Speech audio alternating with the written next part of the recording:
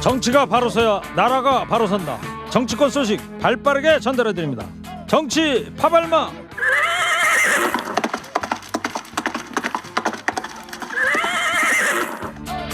자, 정치 파발 오늘도 열심히 달려보겠습니다.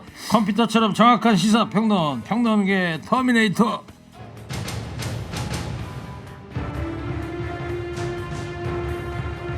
해결해주기 바랍니다. 감사합니다. 이어서 평론계 기다리 아저씨 미스터송 선곡권 영남일보 본부장입니다. 안녕하세요. 반갑습니다. 네, 두 분의 열띤 논리 대결 기대하겠습니다. 자, 오늘 청취자 여러분, 올해 정기국회 마지막 날인데요. 아무래도 오늘 안으로 예산안을 처리하지 못할 것이라는 전망이 나오고 있습니다. 밤 12시까지죠? 정기국회. 네, 오늘 정기국회 종료가 밤 12시 예. 자정이 됩니다. 그래서 공부하는 학생으로 치자면 이제 과제 기한을 못 지킨 거나 마찬가지인데 청취자분에게 이런 문자를 받아보도록 할게요. 21대 우리나라 국회의원들 점수로 매긴다면 몇 점 주시겠습니까? 점수하고 그 이유까지 자유롭게 보내주시기 바랍니다. 자, 먼저 오늘 나온 대통령 지지율 여론조사 결과부터 보겠습니다. 미스터 송? 매주 금요일날 갤럽 여론조사가 발표가 되죠. 지난 6일부터 8일 사이에 전국의 만 18세 이상 1,000명에게 전화조사원 면접 방식으로 조사가 진행이 됐는데 자세한 상황은 중앙선거 여론조사심의위원회 홈페이지에 참조를 하면 되고요.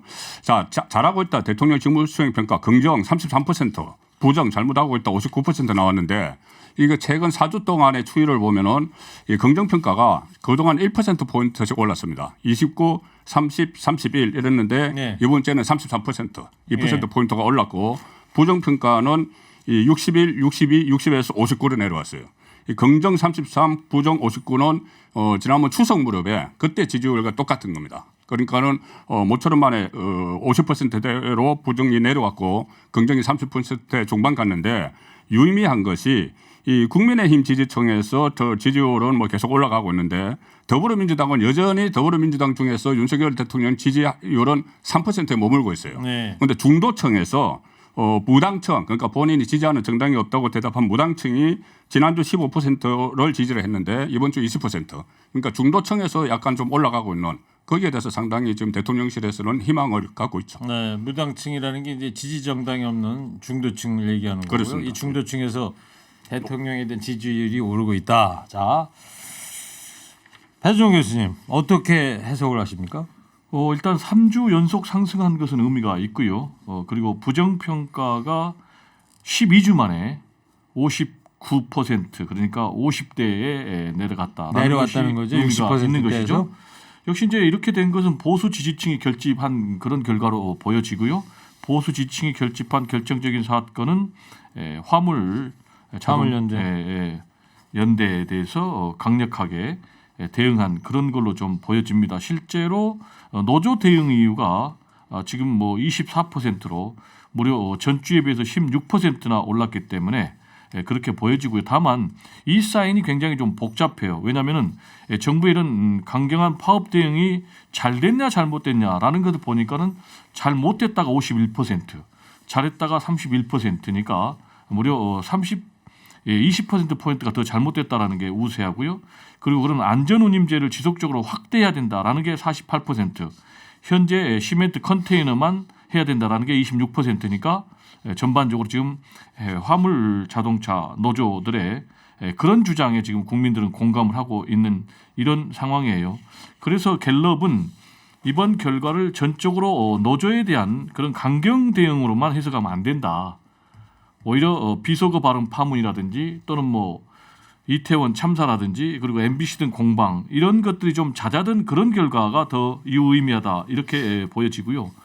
제가 볼 때는 지금 말씀하신 대로 중도 무당층에서 상승하고 있는 것은 사실이지만 네. 전체적으로는 굉장히 저조하거든요. 그래서 이렇게 계속 강경 대응만 할 경우에는 장기적으로는 오히려 더 부담이 되지 않겠는가 이런 생각이 들고, 두 번째로는 적대적 증오 정치가 계속이 되면은 결국 우리 사회에 막대한 사회적 비용을 치러야 하기 때문에 이런 부분은 좀 윤석열 대통령이 한번 성찰할 부분이 아닌가 생각이 됩니다. 송구모 부장님. 그런데 지금 물론 뭐 다른 부분들이 그 비속어 파문이나 잦아들고 이런 것도 영향을 미치겠죠. 그런데 거기서 영향을 미쳤다기보다 그것은 더 이상 영향을 안 미치는 게 되는 거죠. 그리고 지금 말씀하신 대로 노조 대응, 긍정평가 이유가 노조 대응이 무려 24%인데 그 아래 공정, 정의, 원칙 이것이 12%가 있어요. 결단력, 추진력, 뚝심 이것도 6%인데 다 합하면 40%가 넘는데 이것이 결국은 화물연대 파업에 대한 원칙 대응 이것에 대한 평가가 아닌가 네. 주로 그 보수층에서 그런 평가는 가능하고 지금 저번에 제가 2주 전에 이 배종원 교수께서 지지율에 빨간불이다 해서 제가 노란불 상태에서 파란불 기다리고 있다 했는데 네. 최근에 다른 여론조사를 보면은 지금 파란불이 좀 켜진 것 같은 네. 그런 느낌이 들어요. 알겠습니다. 노란불에 너무 오래 머물러 있었지만 네. 자, 일단 황색등. 파란불이다.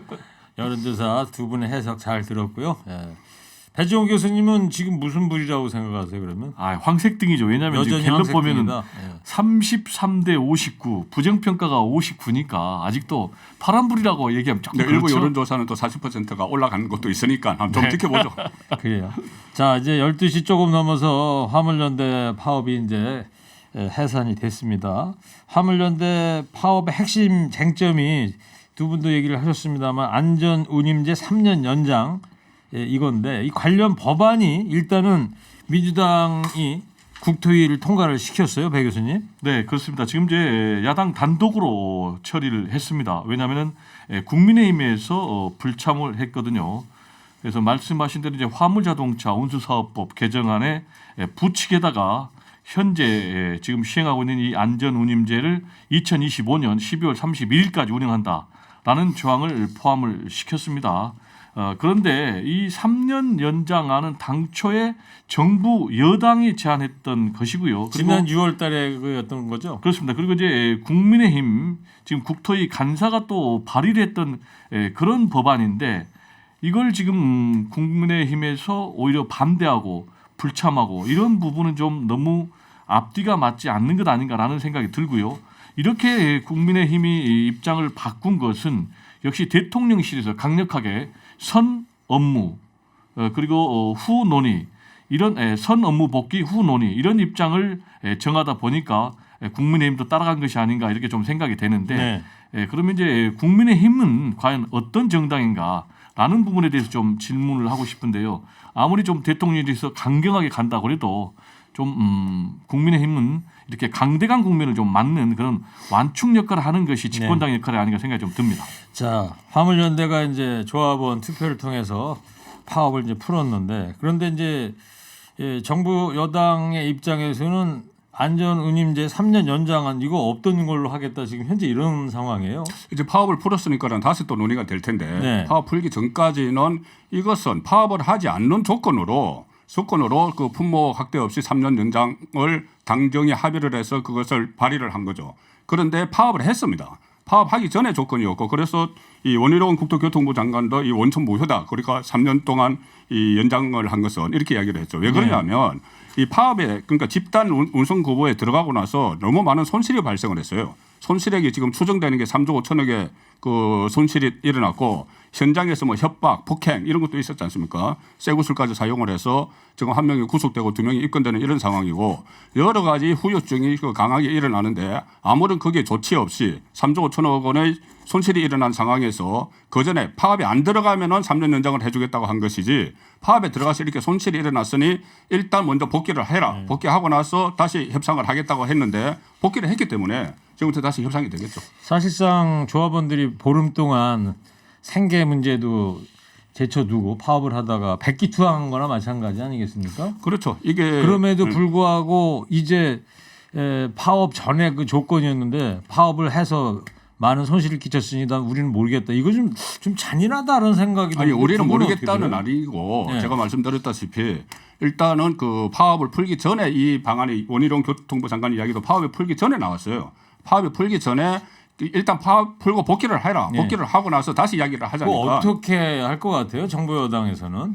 저는 이것은 그 원래 정부 여당이 안을 만들었고 또 국회 발의를까지 했고 이것은 들어줘야 될 것 같아요. 이제 법 차이가 남아 지금 있는데. 말은 그렇게 하지만 입장은 그렇죠. 그렇지만 그런데 단지 조금 전에 말씀드린 대로 이 3조 5천억의 손실 같은 이런 부분에 대해서 어떤 뭐 사과를 받든지 어떤 저 다른 절차를 좀 거쳐야 되겠죠. 그리고 이것이 3년 연장이 되면은 결국은 윤석열 정부 임기 중후반에 다시 문제가 돼요.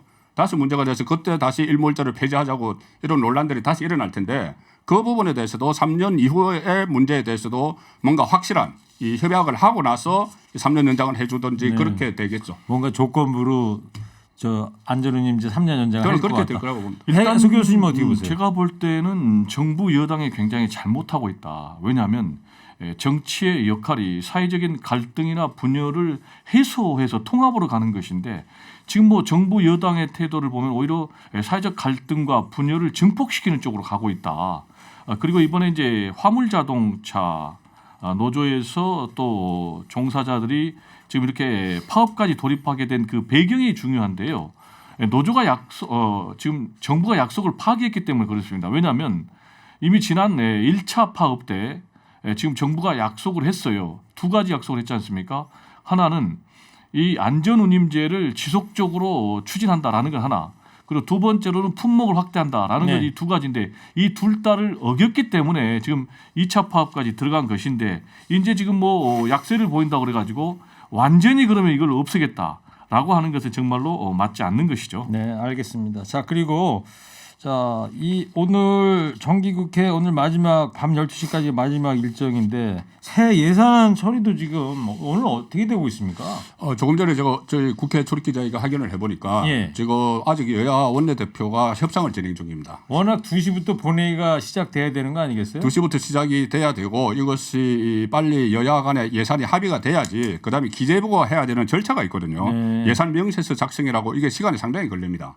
그래서 지금이라도 빨리 해야지 오늘 중에 처리를 할 수 있는 것이지 이게 예. 더 시간이 걸리면 기재부 절차가 있기 때문에 예산안도 어려워지고 예산안 어려워지면은 본회의가 안 열리면은 또 이상민 행안부 장관에 대한 그 해임 건의안 표결도 또 오늘 안 될 수가 있는데 네. 지금 여야 모두 일단 12시까지 자정까지 그 비상 대기를 시킨 상태예요. 국회의원들을 비상 대기를 시켜서 그게 저 국회 출입기자하고 네. 연락을 해가지고 송법무장께서 방금 취재를 한 겁니다. 실시간 확인도 해주시고 역시 그래서 법무장이십니다. 이것을 네. 만약에 여야가 극적으로 합의를 하면은 빨리 지금 의원회관에 있다가 전부 다 본청으로 가가지고 네. 뭐 본회의를 열겠죠. 지금 이제 진행 상황을 잠깐 정리해 보면은 오전에 여야정 협의가 진행이 됐습니다. 그러니까 국민의힘에서는 이제 주호영 원내대표, 민주당에서는 박홍근 원내대표, 그리고 정부에서는 추경호 부총리가 협의를 계속을 했는데도 불구하고 결론이 안 나니까 김진표 의장하고 같이 또 했는데도 접점을 마련하는데 실패를 했어요. 자, 이렇게 이제 접점을 마련하는 데는 예산안과 관련해서 법인세 관련해 가지고 지금 민주당은 절대로 이걸 완화할 수 없다라는 입장이고 초부자 감세니까 지금 국민의힘은 밀어붙여야 된다. 22%까지 낮추겠다라는 것이고 여기에다가 지금 뭐 이상민 행정안전부 장관 해임 건의안 문제까지 지금 결합이 되다 보니까 이렇게 난항을 겪고 있는데 일단 예산안 관련해서는 오늘 처리하기는 좀 어렵다 이런 전망입니다. 그 오늘 이유는 처리 못하면 내일 이후에 또 임시회를 여는 겁니까? 그렇습니다. 이제 개수 조정 작업을 오늘 오후에 극적으로 합의된다 해도 이것이 시간이 걸리기 때문에 지금 여러 가지 정황을 볼 때 오늘 처리하기는 좀 어렵게 되고요. 알겠습니다. 아니 한마디만 더 하겠습니다. 네. 오늘 처리가 안 되면 무슨 문제가 되냐. 2014년에 국회 선진화법이 도입된 이래로 지금 정기국회 회기안에 처리하지 못한 것은 이제 이번이 처음이 되는 그런 굉장히 잘못된 나쁜 기록을 만들게 됐습니다. 네, 알겠습니다. 저기 배 교수님 진행은 제가 하는 걸로 할게요. 알겠습니다. 자, 지지율 관련해서 청취자께서 문자를 보내주셨는데요. 이런 정치를 해도 지지율이 올라가니 나도 해도 될 것 같습니다. 이런 반응이 있는가 하면 반면에 뚝심 굿이다. 윤석열 대통령 지지하는 문자를 또 보내주시기도 했네요. 자, 오늘 21대 우리나라 국회의원들 점수를 매긴다면 몇 점일까요? 50점입니다. 하는 일이 없어요. 국민의힘은 윤석열 대통령만 해바라기 하고 있어요. 저는 10점 줍니다. 내 돈 내놔. 나는 38점입니다. 이 일은 하나도 안 하고 자기가 무슨 38 광땡 잡은 줄 알고 찌찌찌. 40점 주고 싶네요. 민주당은 국민의 민심을 반영하지 못한 점, 국힘당은 대통령 당으로 국민을 무시한 점, 제발 다들 정신 차리길 바랍니다. 이재명 대표 최측근인 정진상 대표 정무조정실장이 오늘 구속 기소됐죠. 그렇습니다. 혐의가 이제 네 가지입니다. 하나는 이제 뇌물 혐의인데요. 유동규 본부장으로부터 2억 4천만 원을 받았다라는 혐의가 있고요. 그리고 부정처사 후 수뢰, 그러니까 김만배 씨 천화동인 1호 지분 관련해서 24.5%를 약속받았다라는 혐의요. 그리고 세 번째는 이제 부패방지법 위반입니다. 남욱 변호사 등 이제 위례 신도시 개발과 관련해서 사업자 선정하는 데 있어서 호반건설에게 210억 원의 그런 이득을 취하게 해준 그런 혐의를 받고 있고요. 그리고 네 번째로 이제 증거인멸 교사입니다. 유동규 씨에게 핸드폰을 버리라고 했다는 이제 이런 혐의인데 이것과 관련해서 지금 정진상 전 실장 같은 경우는 증거도 전혀 없고 진술만 가지고 검찰이 수사를 하고 있다라고 지금 반발하고 있고 네. 또 검찰은 아니다. 증거를 확보하고 있다라고 또 이렇게 반발하고 있는 상황인데 예. 지금 김용 이 부원장 같은 경우는 옥중서신을 냈어요 얼마 전에. 그래가지고 정치 수사 그리고 조작 수사라면서 네. 반발하고 있는 그런 상황입니다. 자, 이재명 대표 최측근들이 이제 이렇게 구속 또는 기소가 되는 상태인데 이른바 이재명 사법 리스크가 이제 시작이 되면서 야권의 중량급 인사들이 몸을 풀고 있다 이런 보도도 나오고 있습니다. 특히 박영선 전 장관이 연일 이재명 대표를 저격하고 있죠. 예, 그렇습니다. 뭐 박영선 전 장관 같은 경우는 지금 공천권을 내려놔야 된다. 그리고 당이 분당될 수도 있다. 이런 얘기까지 하거든요. 그리고 특히 목소리를 많이 내놓은 쪽이 공교롭게도 문재인 정부 때 장관을 했거나 박영선 중기부 장관, 그다음에 전해철 행안부 장관, 또 임종석 비서실장 이쪽에서 그 계속 이재명 대표의 사법 리스크에 대해서 우려를 표시를 하면서 뭔가 저 이재명 대표가 역할을 할 수 없게 됐을 때 네. 어떤 기능을 해야 되지 않느냐 이런 이야기들이 지금 나오고 있는 상황이에요. 예, 그러다 특히 보니까 네. 차기 총선 공천에 필요한 사전 작업이 전혀 이루어지지 않고 있다 이런 얘기도 그렇습니다. 있어요. 이런 그 이재명 대표가 출범하기 전에 또 비대위 체제였거든요. 그래서 보면은 이 4년 임기 중에 국회의원 21대 국회 4년 임기 중에 2번 현역위원에 대한 평가를 하게 돼 있어요. 그는 당규에 적시가 되어 있습니다. 네. 선출직 공직자 평가위원회 보고서를 내야 되는데 전반기 2년에 한 번씩 내야 됩니다. 그리고 전반기는 이 전반기가 끝나고 나서요 100일 이내에 내야 되는데 지금 200일이 지났는데 못 내고 있어요. 그렇기 때문에 현역위원회에 대한 평가가 후반기에 몰아서 한다는데 이렇게 되면은 나중에 그 현역 물갈이를 할 때 기준 삼는 게 좀 모호해져서 공정성 시비가 일어날 수가 있다. 그래서 이런 것도 일종의 그 당 대표의 사법 리스크 때문이 아닌가. 그래서 더 많은 비판이 안에서도 나오는 거죠. 자, 배 교수님 민주당 앞날 어떻게 보세요?